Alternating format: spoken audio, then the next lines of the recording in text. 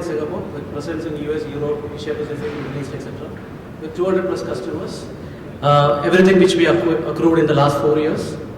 And we are pioneering a category called relationship analytics. So relationship analytics is fundamentally something very simple. It doesn't take me 7 minutes again.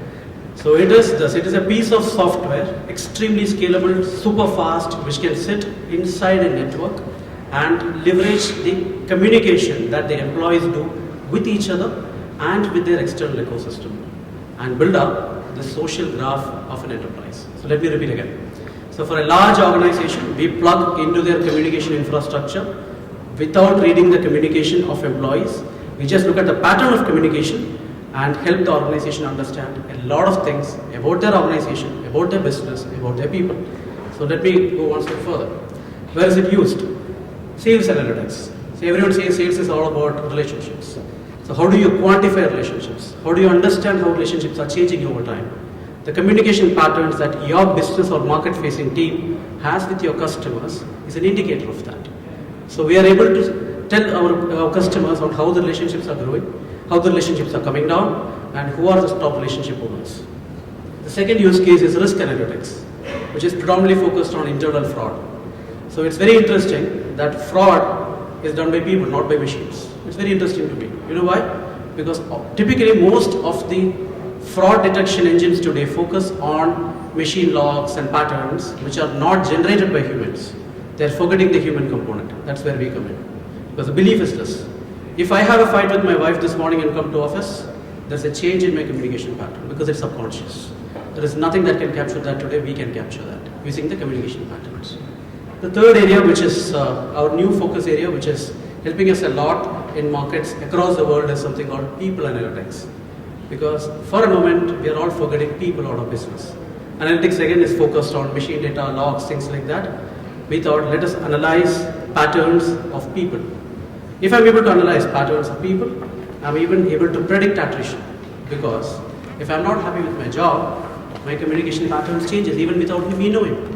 If an organization can capture that and be alerted on time, you can intervene, coach, and ensure that the person is more engaged and happy, or at least plan for the person's exit. All this without reading the communication content at all, in lines with the compliance norms, personal data protection, privacy norms across the world. That is a unique technology which we bring to the market. A lot of customers across the world today, a lot of partners across the world today, quite a lot of awards, including we were selected as the most promising technology by SITF last year from Singapore, and National Infocom Awards, Gartner Cool Vendor. Across the world we have been winning a lot of awards.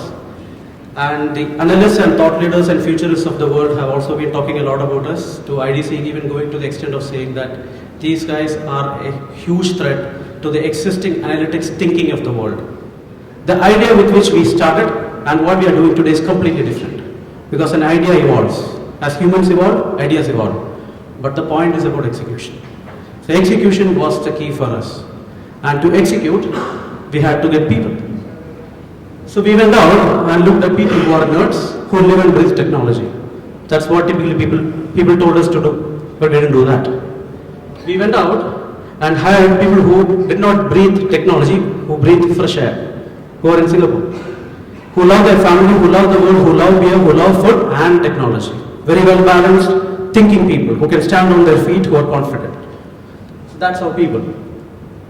Then came customer value. So I worked in quite a few large organizations wherein we were trained to go to the customer and tell him that I will transform the way you do your business. I don't think we are that smart. So we understood that.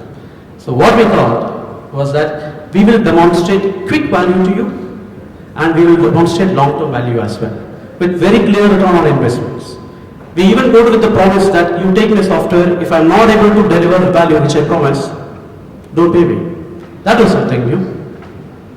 And culture. So again, culture, typically what we heard was a lot of free booze, a lot of free pizzas, like a lot of time on Friday evenings, drinking and dancing together. I don't think that was culture.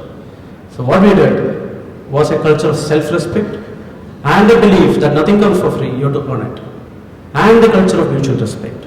So today in our organization, everyone has the freedom to say that you are wrong.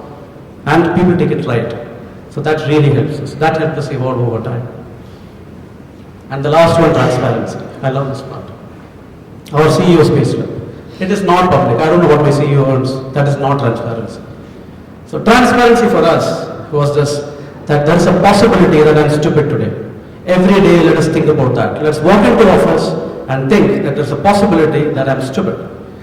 Probably I'm working on a technology which has no relevance to the world. So look at the mirror every day and think, am I being of value to the customer? We thought about it and we eventually evolved a technology which today is used by 200 plus customers across the world. And interestingly, none of these things which I told you today is mine.